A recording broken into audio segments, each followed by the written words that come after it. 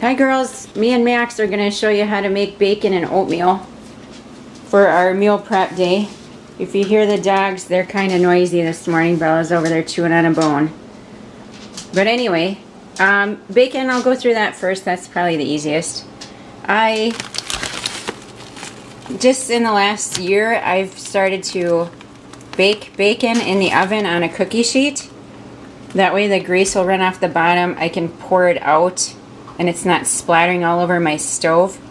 It splatters, I don't think it splatters too much in the oven, but it does make the house smell like bacon, so you want to have the fan on while it's cooking.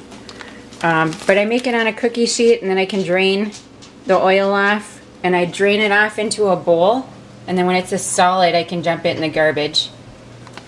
But I can drain it off and then I use the tongs and stir it up a little bit, and then it gets really crispy.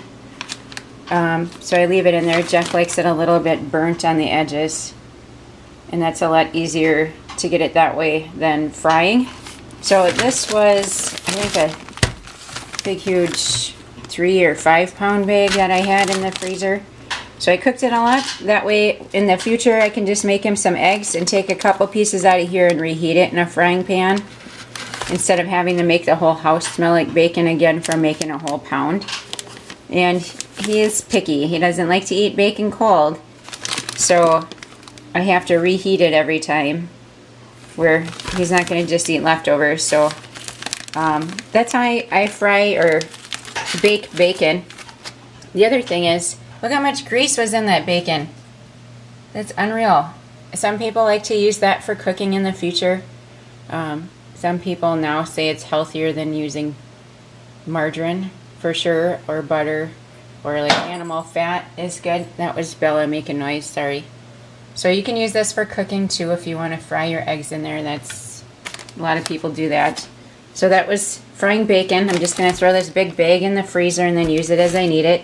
I can also use it, it's nice to chop it up that way if I want to add it to like a baked potato, so I can have a loaded baked potato.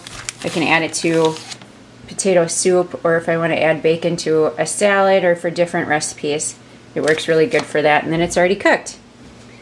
The other thing that I made steel cut oats, and it takes a half hour to make those, so I make that ahead of time and make 3 or 5 bowls, 3 to 5 bowls at a time, and then put it in the fridge for the week. This morning I was looking at what's the difference between the two. Well, it looks like there is absolutely no difference between the two, except for this is, and the steel cut oats, a 1/4 cup serving has 150 calories. I can eat a half a cup of old-fashioned oats, regular stuff. I can eat a half a cup of that and be 150 calories, and all of the nutrients are exactly the same on both containers, which is really weird because I thought steel cut oats were supposed to be so much better for you. And then once I made it, I actually added some other things to it. I added some ground flax seed, some other things that make it healthy. I added some hemp seeds to it, and then I topped it with frozen blueberries. So I just poured some blueberries that I had in a bag in the freezer.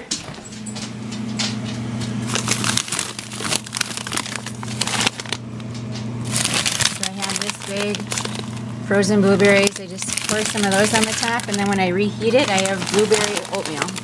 You can use other berries too. I got strawberries, raspberries. We got lots of different things in the freezer.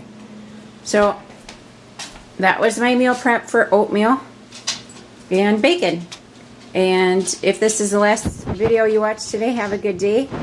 I'll talk to you later. Otherwise, this was video 4 of 5 for my meal prep yesterday, and I'll see you on the next video where I make fish. Bye!